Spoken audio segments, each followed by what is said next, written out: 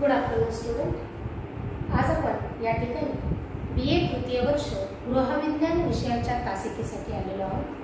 आपला मागच्या तासिकेतला जो मुद्दा आहे तो म्हणजे घरासाठी जागेची निवड.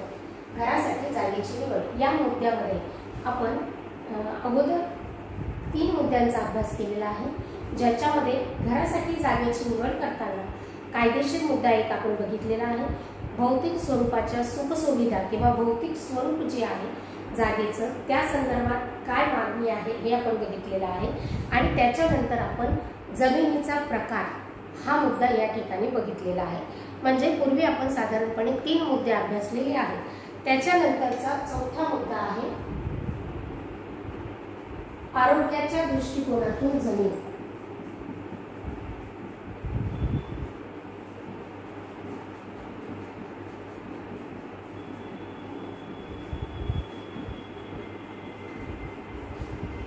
आरोग्याच्या दृष्टिकोनातून जमीन ही कशी असली पाहिजे किंवा त्याचा जो दृष्टिकोन आहे तो म्हणजे त्या जागी किंवा त्या घरात राहणाऱ्या प्रत्येक व्यक्तीला किंवा प्रत्येक सदस्याला त्या ठिकाणी आरोग्याची प्राप्ती ही झाली पाहिजे आणि त्याच्या अनुषंगाने या ठिकाणी जागेची निवड करणं आवश्यक आहे.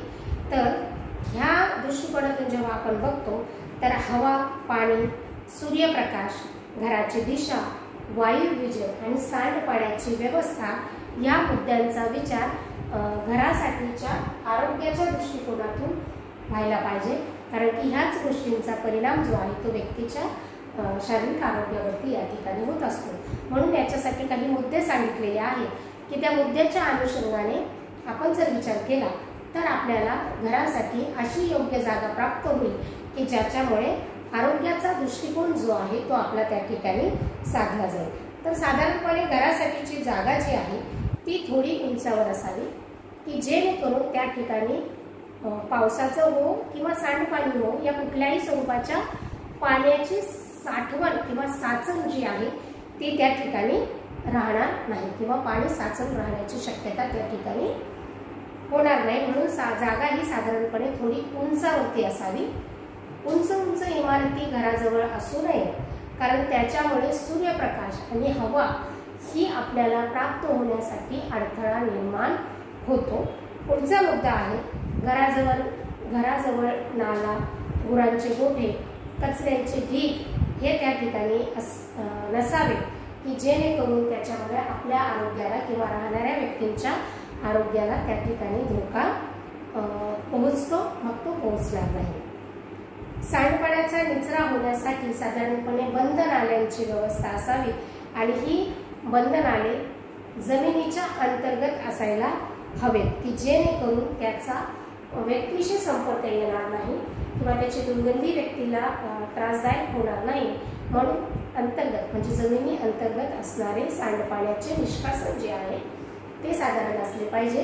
हे व्यक्तीच्या आणि कुटुंबाच्या आरोग्याच्या दृष्टिकोनातून योग्य असतं. घराजवळ औद्योगिक वसाहत नसावी कारण औद्योगिक वसाहतीतून जो वायू प्रसारित होत असतो किंवा जी हवा असते त्याच्यामुळे हवा दूषित होत असते आणि मग ती जी हवा आहे ती दूषित होत म्हणजे पसरणारा वायू जो आहे तो दूषित करून औद्योगिक वसाहत जी आहे ती करून टाकत असते आणि मग त्या ठिकाणी आपल्या श्वासोच्छवासाच्या क्रियेमुळे त्याचा आपल्या आरोग्यावरती हानिकारक किंवा वाईट परिणाम जो आहे तो त्या ठिकाणी होत असतो. म्हणून साधारण घराजवळ औद्योगिक वसाहत आहे जी आहे ती नसावी. मुख्य रस्त्याला लागून आपलं घर असू नये कारण की वाहनांच्या ध्वनी प्रदूषणामुळे सोबतच हवेच्या प्रदूषणामुळे या दोनही गोष्टींचा घातक परिणाम आपल्या आरोग्यावरती होऊ शकतो. म्हणून अगदी मुख्य रस्त्यालगत आपलं घर नसावं. म्हणून जमीन निवडताना किंवा घर घेताना साधारण ह्या गोष्टी लक्षात घ्यायला पाहिजे की मुख्य रस्त्यापासून खूप जवळ ही जागा किंवा हे घर नसायला पाहिजे. त्याच्यानंतर घराच्या भोवती मोकळी जागा असावी, बगीचा असावा किंवा आजूबाजूला झाडे लावलेली असावी किंवा लावण्याची सोय त्या ठिकाणी केलेली असावी. त्याच्यामुळे आपल्याला शुद्ध हवा मिळते आणि आरोग्याच्या दृष्टीने ही शुद्ध हवा जी आहे ती आपल्याला मदत करणारी ठरते. वरील मुद्दे जेव्हा आपण बघितले तेव्हा आपल्याला लक्षात येतं की जागेची निवड करताना या मुद्द्यांचा जर आपण योग्य पद्धतीने बारकाईने जर विचार केला आणि त्याच्यानुसार जर जागा खरेदी केली तर आरोग्याच्या दृष्टीने हा जो दृष्टिकोन असतो आपला, तो दृष्टिकोन आपल्याला साध्य होतो आणि त्या ठिकाणी राहणाऱ्या कुटुंबातील कुठल्याही सदस्याच्या आरोग्याला कुठल्याही स्वरूपाचा धोका किंवा अडचणी या ठिकाणी निर्माण होत नाही। म्हणून घरासाठी जमीन खरेदी करताना आरोग्याच्या दृष्टिकोनातून ती जमीन खरेदी केली जावी, त्यासाठी ह्या मुद्द्यांचा विचार या ठिकाणी होणं आवश्यक आहे। त्याच्यानंतर पुढचा मुद्दा आहे व्यावहारिक किंवा सोयीच्या दृष्टीने। व्यावहारिक किंवा सोयीचा दृष्टिकोन।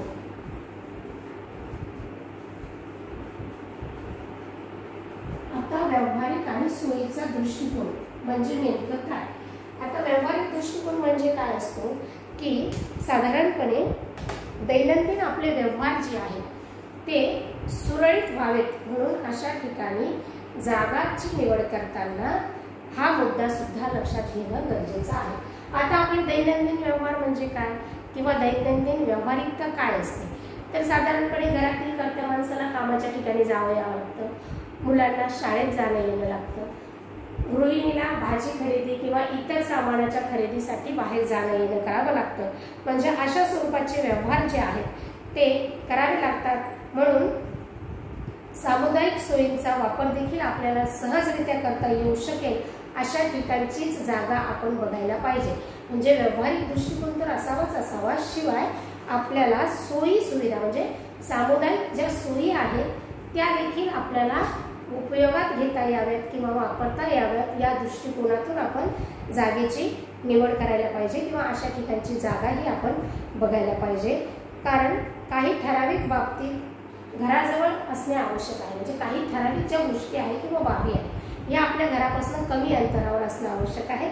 जसं उदाहरणार्थ मुलांच्या शाळा, घरातील व्यक्तींच्या नोकरीची जागा, बाजार, बँक, पोस्ट ऑफिस, त्याच्यानंतर दवाखाने, बस स्टँड, रेल्वे स्टेशन, किराणा दुकान, औषधाची दुकानं, डॉक्टरचा दवाखाना, या सगळ्या ज्या गोष्टी आहेत त्या आपल्या घराच्या जवळ आजूबाजूच्या परिसरामध्ये असल्या पाहिजे।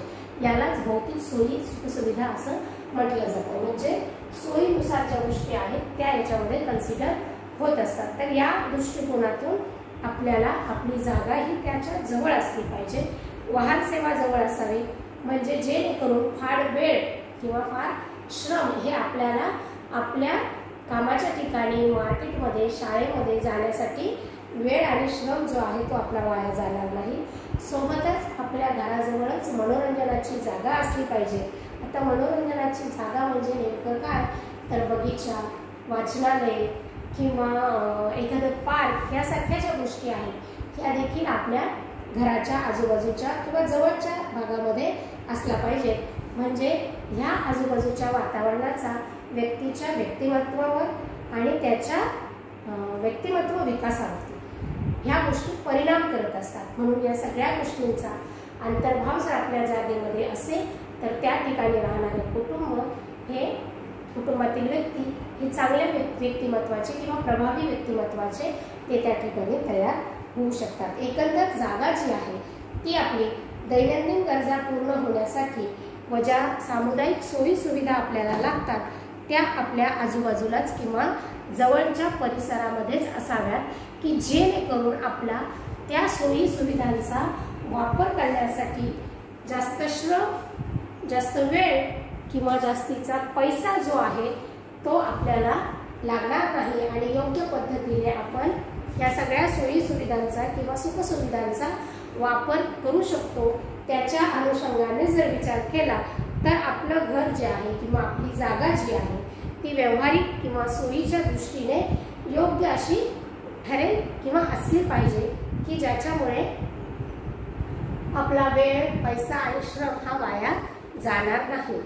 याच्यानंतरचा मुद्दा येतो आर्थिक दृष्टिकोन।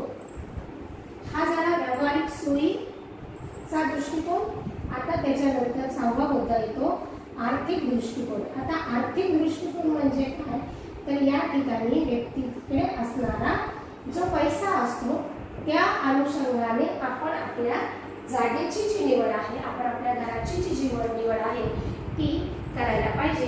कारण प्रत्येकाची आर्थिक परिस्थिती जी आहे ती वेगवेगळी असते।